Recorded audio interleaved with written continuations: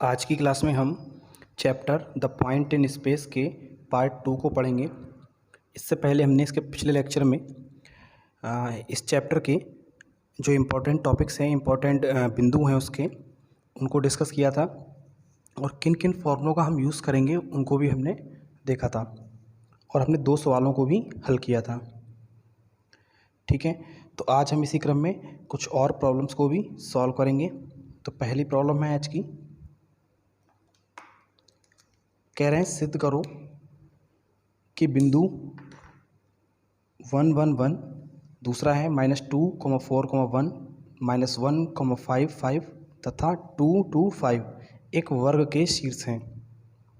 ठीक है, तो वो हमसे ये कह रहा है कि 4 बिंदु दिए गए हैं और वो कह रहा है ये सिद्ध करो कि ये चारों जो बिंदु हैं एक वर्ग के शीर्ष हैं, यानी ये चारों जो बिंदु हैं मिल करके एक वर्ग बनाते हैं। ठीक है,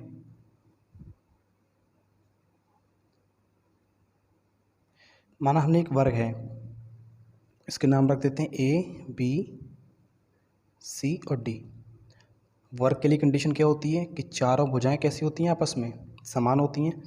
तो सबके शीर्ष हम लिख लेते हैं, कौन कौन से हैं। पहले वाले को A मान लेते हैं, दूसरे वाले को B मान लेते हैं, तीसरे वाले को C मान लिया हमने, और ये लास्ट वाला D हो जाएगा 2 2 5। क्लियर हो गई बात। अब यहाँ पर हम देखें, ए बिंदु दिया हुआ है, बी दिया हुआ है, तो हम ए और बी के बीच की दूरी निकाल सकते हैं। ऐसे ही हम बी और सी के बीच की दूरी निकाल सकते हैं। ठीक है, तो इसी तरह हम इन चारों भुजाओं की माप को ज्ञात कर लेंगे और अगर चारों भुजाएं कैसे आती हैं, बराबर आती हैं, तो उससे सिद्ध हो जाएगा कि ये चारों बिंदु मिलकर के एक वर्ग का निर्माण करते हैं। ठीक है, तो सबसे पहले तो हम फॉर्मूला लिख लेते हैं। जो बीच की दूरी का सूत्र होता है वो क्या होता है, x2 - x1 का whole square plus y2 - y1 का whole square plus z2 - z1 का होल स्क्वायर। ठीक है, तो सबसे पहले हमें ए बी निकालना है तो ए बी निकालेंगे। ठीक है, हमें इनको बार बार नाम लिखने की जरूरत नहीं है, x1 y1 z1 हम सीधा हटा सकते हैं। इसमें से इसको हटा दें तो -2 -1 इसका होल स्क्वायर कर देंगे, 4 - 1 कर देंगे, तीसरा 1 - 1 कर देंगे। अब इसको कैलकुलेट कर लेंगे तो ये हो जाएगा √2 और 1 कितना 3, तो ये हो जाएगा -3 का स्क्वायर, ये हो जाएगा +3 और ये हो जाएगा 0 का स्क्वायर, तो ये हो जाएगा √9 + 9 + 0, यानी ये हो गया √18। ठीक है, तो यहाँ से हमको मिल गया ए बी बराबर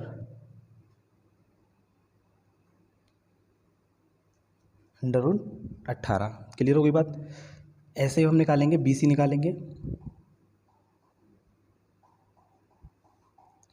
इसमें से इसको हटा देंगे तो ये कितना हो जाएगा -2 और ये हो जाएगा +1, दूसरा हो जाएगा 4 - 5, तीसरा हो जाएगा 1 - 5। ठीक है, तो हम थोड़ा शॉर्ट कर देते हैं। 2 में से 1 गया तो 1 का स्क्वायर कितना 1, ये 5 में से 1 गया, यहाँ भी 1 का स्क्वायर 1 और यहाँ 4 का स्क्वायर 16, तो ये हो जाएगा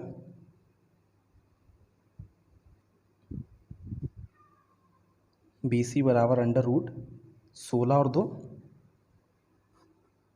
18। क्लियर हो गई बात। अब हम निकालेंगे तीसरा, ए पी हो गया, बी सी हो गया, अब सी डी निकालेंगे। तो सी हम देखते हैं कितना है यहाँ पे, -1 -2 और ये है 5 - 2 और तीसरा है 5 - 5। ठीक है, तो इसे कैलकुलेट कर लेंगे तो ये हो जाएगा -3 का स्क्वायर, यहाँ भी 3 का स्क्वायर, यहाँ 0, तो ये हो जाएगा 9, ये भी 9 हो जाएगा और ये 0। तो यहाँ से हमें मिल गया सी डी बराबर √18। आगे बात समझ में। अब हमको निकालना है DA। तो इसमें से इसे हटा देंगे, 2 में से 1 घटाएंगे, 2 में से 1 घटाएंगे, 5 में से 1 घटाएंगे, ठीक है। तो यहाँ लिख लेते हैं इसको, DA बराबर √2 - 1 का स्क्वायर, 2 - 1 का स्क्वायर, और ये 5 - 1 का स्क्वायर, ठीक है। इसे जब कैलकुलेट करेंगे तो ये हो जाएगा, 2 में से 1 गया 1 का स्क्वायर, यहाँ भी 1 बचा, यहाँ बचा 4 का स्क्वायर, तो ये हो जाएगा 1 + 1 और प्लस ये हो जाएगा 4 × 16। तो यहाँ से हमें DA मिल गया √18। तो हमने क्या देखा, AB, BC, CD और DA, ठीक है। सबकी वैल्यू कैसी आ रही है, बराबर, यानी कि चारों भुजाएं आपस में बराबर आ रही हैं। तो इससे क्या सिद्ध हो गया कि ये चारों बिंदु मिलकर के एक वृत्त का निर्माण करते हैं, सॉरी वर्ग का निर्माण करते हैं। तो यहाँ हम लिख सकते हैं कि अतः दिए गए बिंदु वर्ग ABCD के शीर्ष हैं, ठीक है। आगे बात समझ में।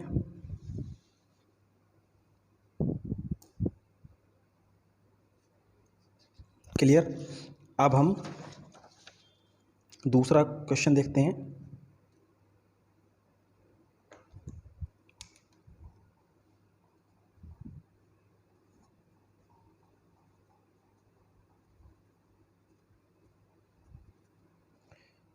सेकंड क्वेश्चन में हमसे बोल रहा है कि बिंदु 1,1,1, दूसरा है -241, तीसरा है तथा 225 किसी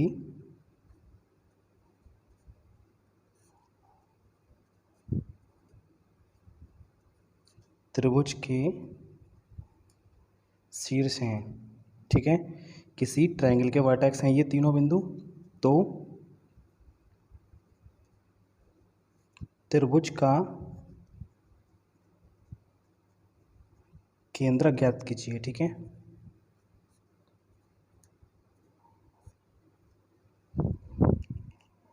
आगे बात समझ में।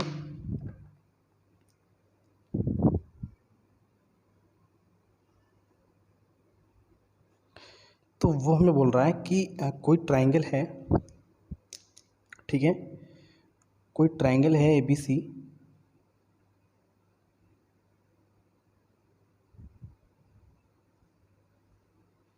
ठीक है, और ये उसके शीर्ष हैं, ये उसके शीर्ष हैं। तो कह रहा है कि त्रिभुज का केंद्रक ज्ञात कीजिए, ठीक है। त्रिभुज का केंद्रक हम मानते हैं G। तो त्रिभुज का केंद्रक ज्ञात करना है हमको, ठीक है। तो सबसे पहले हम क्या करेंगे, तीनों पॉइंट लिख लेते हैं। पहले पॉइंट को मानते हैं A, यानी 1, 1, 1, दूसरे को B, यानी -241, तीसरा C, यानी 2, 2, 5। क्लियर होगी बात, ठीक है। तो हमको निकालना है त्रिभुज का केंद्रक। तो यहाँ हम लिखेंगे कि त्रिभुज ABC का केंद्रक, ठीक है। और त्रिभुज ABC का केंद्रक क्या होता है, हम जानते हैं G बराबर ये होता है x1 + x2 + x3/3। दूसरा होता है y1 + y2 + y3/3। और तीसरा होता है z1 + z2 + z3/3, ठीक है। तो ये हमारा फॉर्मूला होता है। अब हम क्या करेंगे, जो तीनों पॉइंट्स हमको दिए गए हैं का नाम लिख देते हैं x1 y1 z1, ये x2 y2 z2, x3 y3 z3। ठीक है, तो अभी हमें क्या करना है,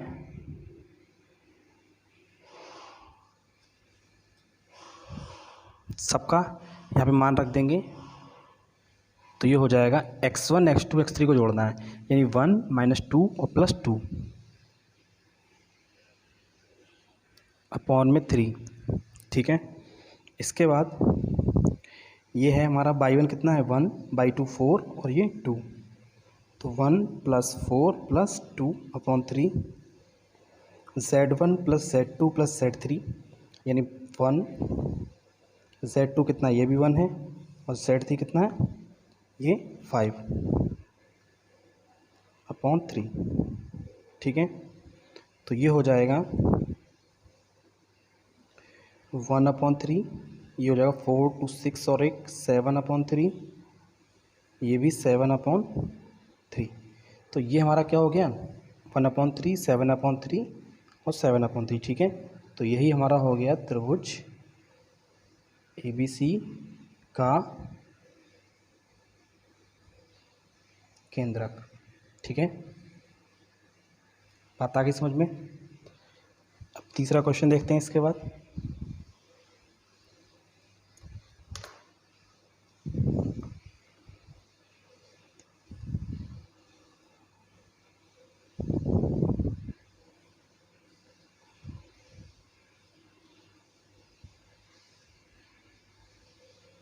ठीक है, थर्ड क्वेश्चन में बोल रहा है कि दो बिंदुओं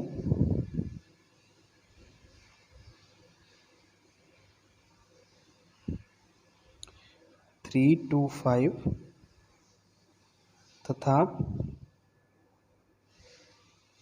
-4, 2, -2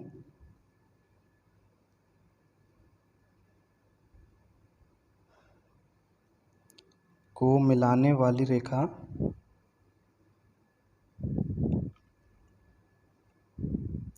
को 4:3 में विभाजित करने वाले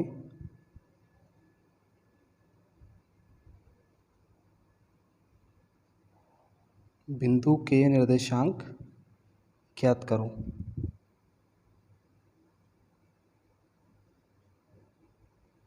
सवाल समझ में आ रहा है। वो हमसे बोल रहा है कि कोई दो बिंदु हैं। ठीक है, कोई दो बिंदु हैं जिन्हें हम कोई भी नाम दे सकते हैं, ए और बी मान सकते हैं। मान लीजिए ए बिंदु है 3 2 5, ये दूसरा बिंदु बी है -4 2 -2। तो इन दोनों बिंदुओं को जो मिलाने वाली रेखा है, दो बिंदुओं 3 2 5 -4 2 -2 को मिलाने वाली रेखा को 4:3 में विभाजित करने वाले बिंदु के निर्देशांक ज्ञात कीजिए। ठीक है, तो इस लाइन पर कहीं पर हम एक कोई पॉइंट लेंगे, कहीं पर भी, जो इन दोनों बिंदुओं को मिलाने वाली रेखा को 4:3 में विभाजित करेगा। ठीक है, तो उसके निर्देशांक हमें बताने हैं। तो हम जानते हैं कि दो बिंदुओं को मिलाने वाली रेखा को m/n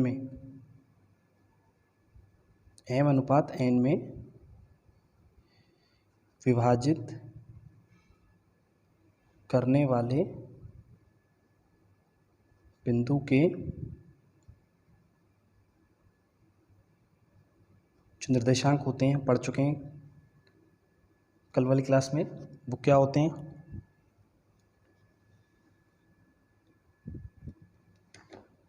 वो होते हैं mx2 + nx1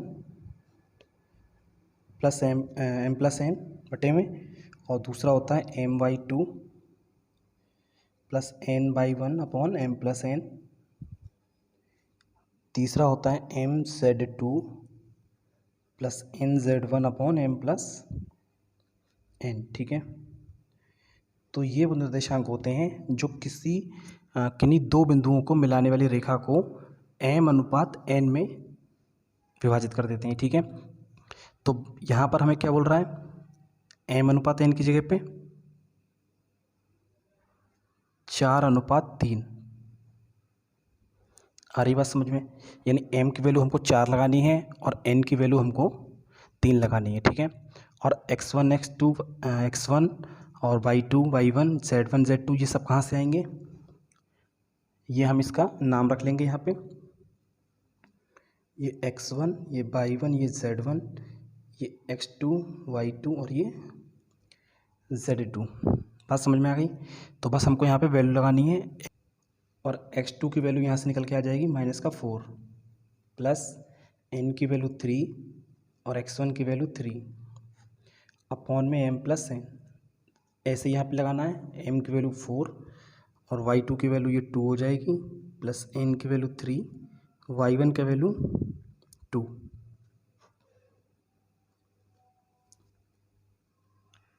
प्लस n का वैल्यू कितना है 3 और z1 का वैल्यू 5 अपॉन में m प्लस n का वैल्यू सेम रहेगा।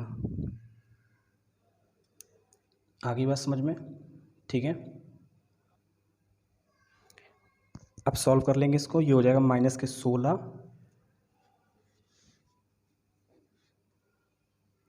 और ये हो जाएगा +9, ये हो जाएगा 7, ये 8 प्लस 6 ये 7, ये -8 और ये 15/7, ठीक है।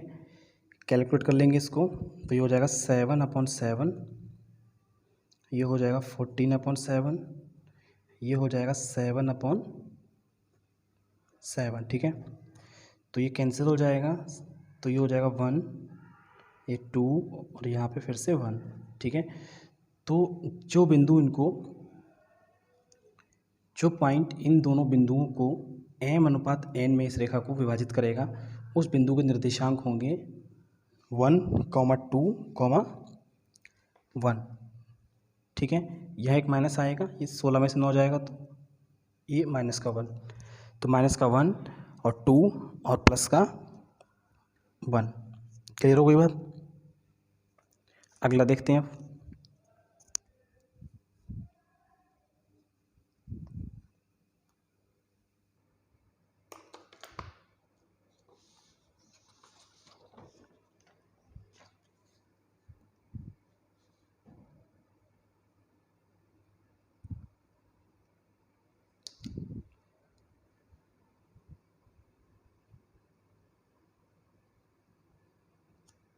ये क्वेश्चन नंबर हो जाएगा 4।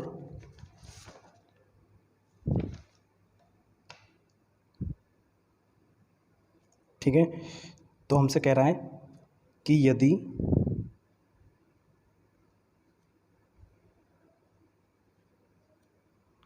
यदि किसी रेखा के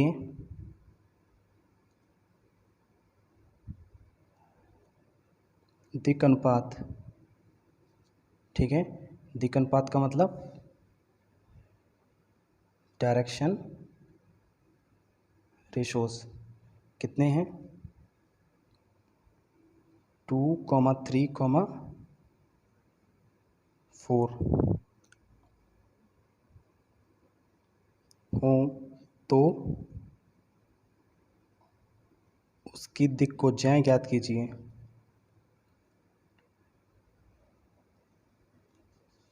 तो उसकी दिक्कोज्याएं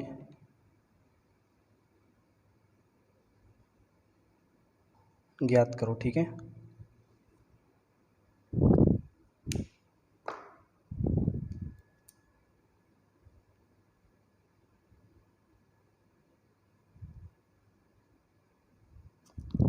ठीक है, क्लियर हो गई बात? तो सबसे पहले हम जानते हैं कि दिक्कोज्याओं को हम स्मॉल a b c से डिनोट करते हैं और वो हमको कितनी दी गई हैं 2, 3 और 4, ठीक है। ये किसी रेखा के हमको दिक् अनुपात दिए गए हैं। दिक् अनुपात कैसे निकालते हैं हम? यदि कोई रेखा दी हुई है और उसके दो बिंदु दिए गए हैं ए और बी, तो उन दोनों बिंदुओं को जो मिलाने वाली रेखा है उसके दिक् अनुपात यानी डायरेक्शन रेशोज हम निकालते हैं बी में से ए को घटा करके। बी में से ए को घटा करके इसमें से घटा देंगे तो दिक् अनुपात निकल आएंगे। तो वो हमको दे रखे हैं इसने। तो हमसे कह रहा है कि दिक् कोज्याएं यानी डायरेक्शन कोसाइन ज्ञात कीजिए। तो हम जानते हैं डायरेक्शन कोसाइन क्या होती है।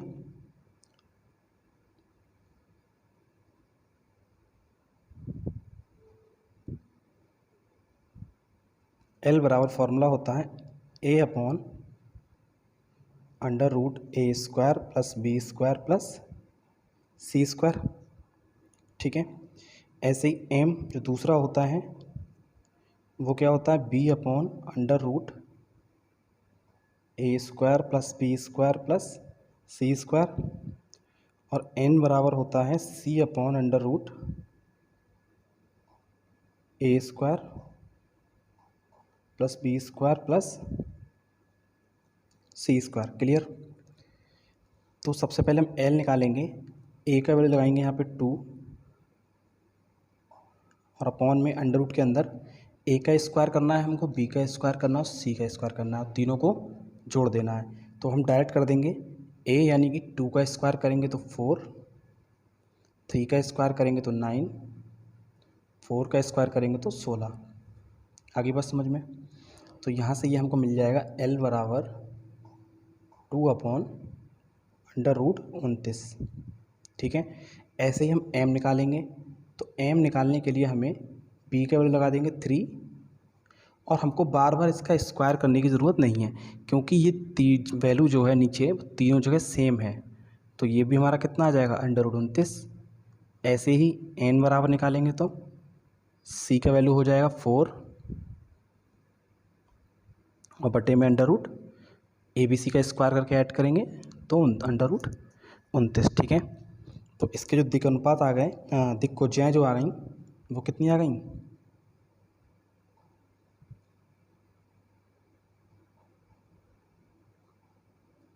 वो आ गई 2 upon under root 29, 3 upon under root 29 और 4 अपॉन अंडर रूट 29। ठीक है।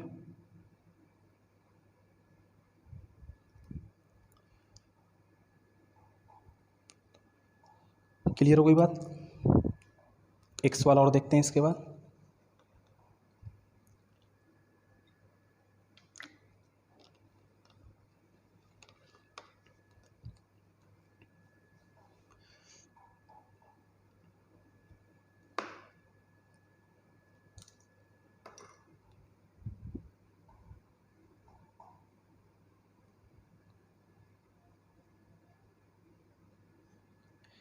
क्वेश्चन नंबर 5 में हमसे कह रहा है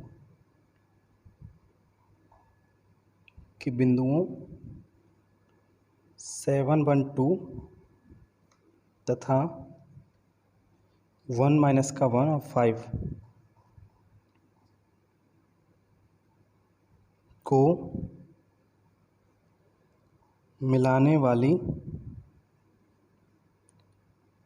रेखा के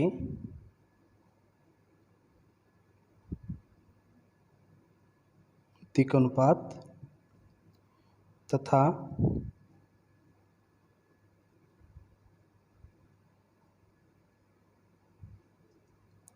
दिक् कोज्याएं ज्ञात कीजिए।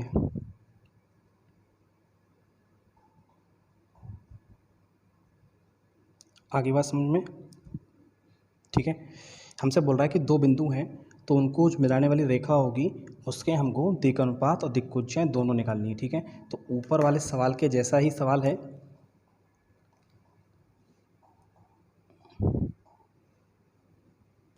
तो सबसे पहले हम लिखेंगे कि बिंदु है कोई ए, इसके कोऑर्डिनेट दिए हुए हैं 7, 1, 2 और दूसरा है बी 1 माइनस 1 का 5। ठीक है।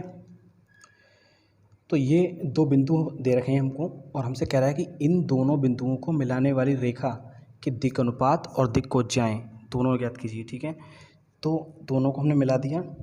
अब इसके हमें दिक् अनुपात निकालने हैं। ठीक है, तो दिक् अनुपात हम जानते हैं कैसे निकाले जाते हैं।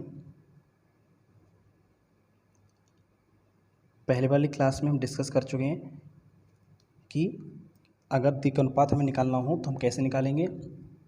इसका नाम रख देते हैं x1 y1 z1, ये x2 y2 और z2। ठीक है, तो दिक् अनुपात को हम ABC से डिनोट करते हैं,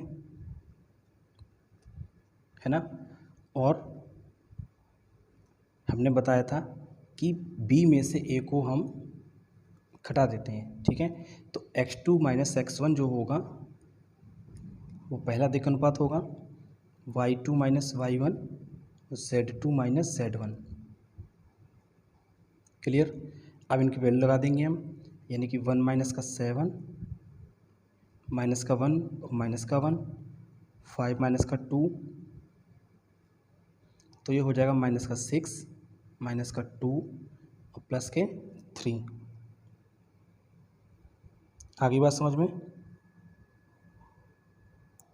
ठीक है, तो अब हम क्या करेंगे, अब हम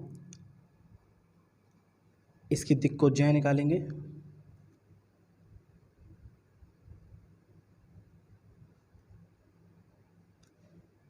दिक् कोज्याएँ होती हैं L बराबर,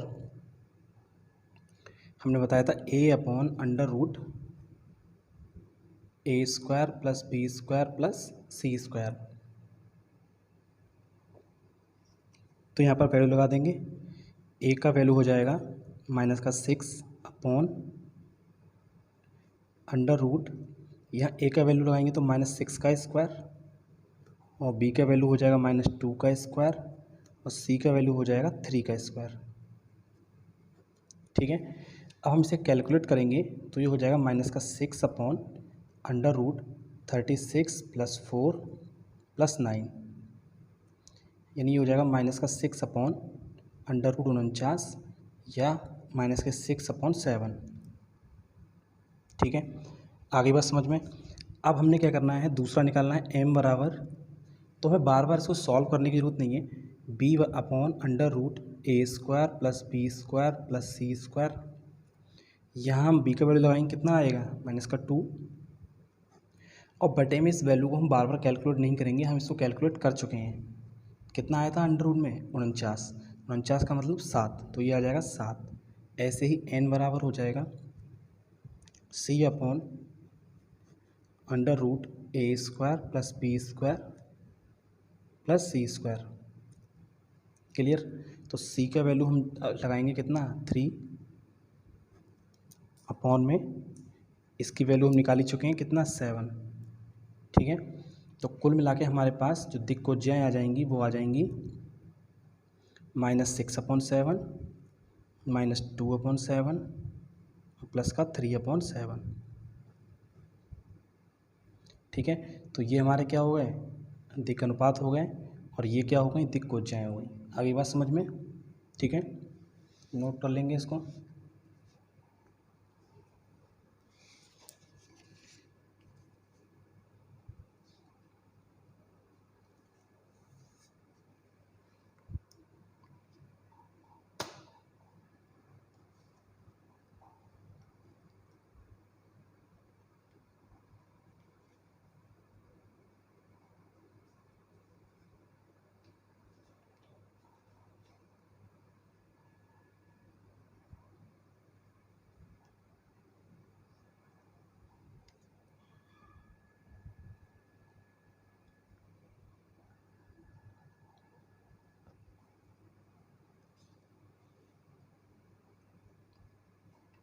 ठीक है, तो इस क्लास में हम इतने ही क्वेश्चन करेंगे। इससे आगे क्वेश्चन हम अगली क्लास में करेंगे। हम बीच का कोण निकाला करेंगे। अगर हमें दिक् अनुपात दिए जाएँ या दिक् कोज्याएँ दी जाएँ तो हम बीच का कोण भी निकाल सकते हैं, या हमसे ये भी कंडीशन पूछ सकता है परस्पर लंबवत होने की कंडीशन या परस्पर समांतर होने की कंडीशन। तो ये बातें हम इसके पार्ट 3 में यानी भाग 3 में करेंगे। इससे अगली वाली क्लास में करेंगे। ठीक है।